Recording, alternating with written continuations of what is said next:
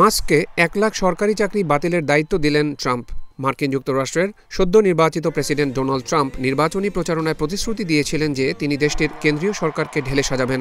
এই উদ্যোগের অংশ হিসেবে ধনকুবের ইলন মাস্ক ও বিবেক রামাস্বামীকে ডিপার্টমেন্ট অফ গভর্নমেন্ট এফিসিয়েন্সি নামে নতুন এক বিভাগের দায়িত্ব দিয়েছেন ট্রাম্প। আজ বুধবার এই তথ্য জানিয়েছে বিবিসি।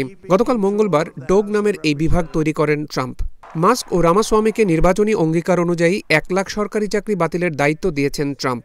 তিনি এই উদ্যোগকে আমাদের আমলের ম্যানহাটন প্রজেক্ট বলে অভিহিত করেন। দ্বিতীয় বিশ্বযুদ্ধের সময় মার্কিন সরকারের পারমাণবিক বোমা তৈরির অত্যন্ত গোপন প্রকল্পের নাম ছিল ম্যানহাটন প্রজেক্ট।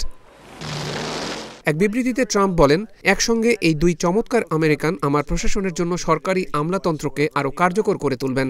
বাড়তি নীতিমালা কমিয়ে আনা, অহেতুক ব্যয় কমানো ও কেন্দ্রীয় সরকারের দপ্তরগুলোর পুনর্গঠনের পথকে প্রশস্ত করবেন। নতুন সরকারি পদ গ্রহণের পর ব্যবসায়ী ও প্রধান নির্বাহী কর্মকর্তা হিসেবে মাস্কের ভবিষ্যৎ কি সেটা নিয়ে ওয়াল স্ট্রিট ও সিলিকন ভ্যালিতে জল্পনা কল্পনা শুরু হয়ে গেছে। এই ঘোষণার অল্প সময় পর আর্থিক সেবা প্রতিষ্ঠান ওয়েডবুশ পূর্বাভাস দেয়, প্রধান নির্বাহী কর্মকর্তা হিসেবে টেসলা ও স্পেসএক্স ওয়াল স্ট্রিটের জন্য খুবই গুরুত্বপূর্ণ। মাস্কের এই দুই ভূমিকায় কোনো পরিবর্তন আসবে না। তবে একই সঙ্গে সরকার ও ব্যবসা খাতে পদচারণায় মাস্কের জন্য সাংঘর্ষিক পরিস্থিতি তৈরি হতে পারে। দেখা দিতে পারে স্বার্থের দ্বন্দ্ব।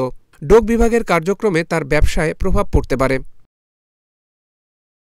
এই বিভাগের মাধ্যমে ট্রাম্প আরও যেসব লক্ষ্য পূরণে কাজ করবেন তার মধ্যে আছে বাড়তি নীতিমালা কমানো। এ ধরনের কিছু নীতিমালার বেড়াজালে আটকে আছে টেসলা। একই সঙ্গে টেসলার বিরুদ্ধে কিছু সরকারি বিভাগের তদন্ত প্রক্রিয়াও চলমান রয়েছে। বিশ্লেষকরা অধীর আগ্রহে এই প্রক্রিয়াগুলোর ভবিষ্যতের দিকে তাকিয়ে আছেন। যুক্তরাষ্ট্রের নতুন প্রতিরক্ষামন্ত্রী হতে যাচ্ছেন ফক্স নিউজের জনপ্রিয় উপস্থাপক পিট হেগসেথ। তবে মার্কিন সামরিক বাহিনীতে দীর্ঘদিনের কাজের অভিজ্ঞতা রয়েছে তার।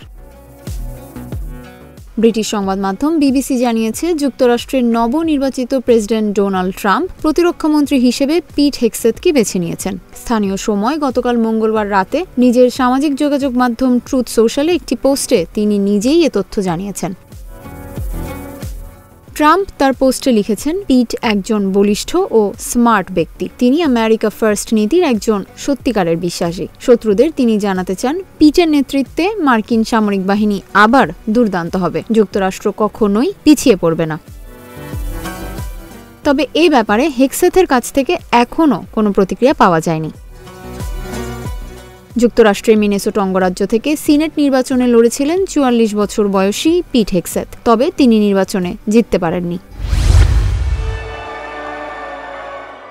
আমেরিকার নবনির্বাচিত প্রেসিডেন্ট ডোনাল্ড ট্রাম্প দায়িত্ব গ্রহণের পর হোয়াইট হাউসে তার প্রথম দিনেই অবৈধ অভিবাসন সহ বেশ কিছু গুরুত্বপূর্ণ নির্বাহী পদক্ষেপ নেবেন। সংশ্লিষ্ট কয়েকজন কর্মকর্তার বরাতে এমন তথ্য জানিয়েছে ব্রিটিশ সংবাদ মাধ্যম বিবিসি। কর্মকর্তারা জানান, ট্রাম্পের নির্বাহী পদক্ষেপের ফলে কেন্দ্রীয় অভিবাসন কর্মকর্তারা অপরাধের রেকর্ড নেই এমন মানুষদেরও গ্রেপ্তার করার এখতিয়ার পেতে পারেন।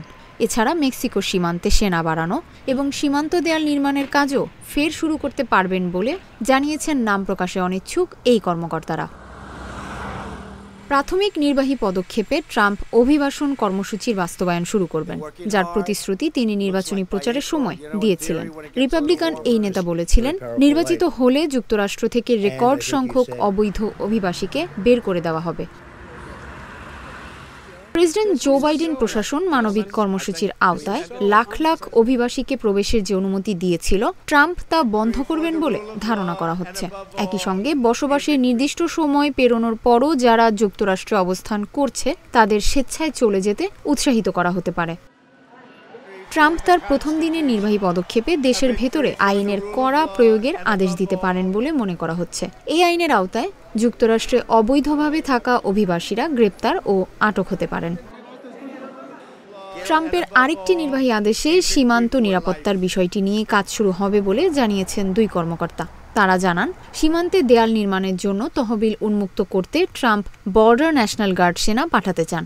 অবৈধ অভিবাসনকে জাতীয় জরুরি অবস্থা ঘোষণা করতে চান তিনি। এছাড়া বাইডেনের অস্থায়ী মানবিক প্যারোল কর্মসূচি বন্ধ করার পরিকল্পনা করছেন ট্রাম্প। এই কর্মসূচির অধীনে লাখ লাখ অভিবাসী বৈধভাবে যুক্তরাষ্ট্রে প্রবেশ এবং ওয়ার্ক পারমিট নেওয়ার অনুমোদন পায়। ডোনাল্ড ট্রাম্প এখনও ক্ষমতায় বসেননি। এই প্রক্রিয়া প্রাথমিক পর্যায়ে রয়েছে। আগামী 20 জানুয়ারি ট্রাম্পের অভিষেকের আগে এসব পরিকল্পনা অনেকটাই পরিবর্তন হতে পারে।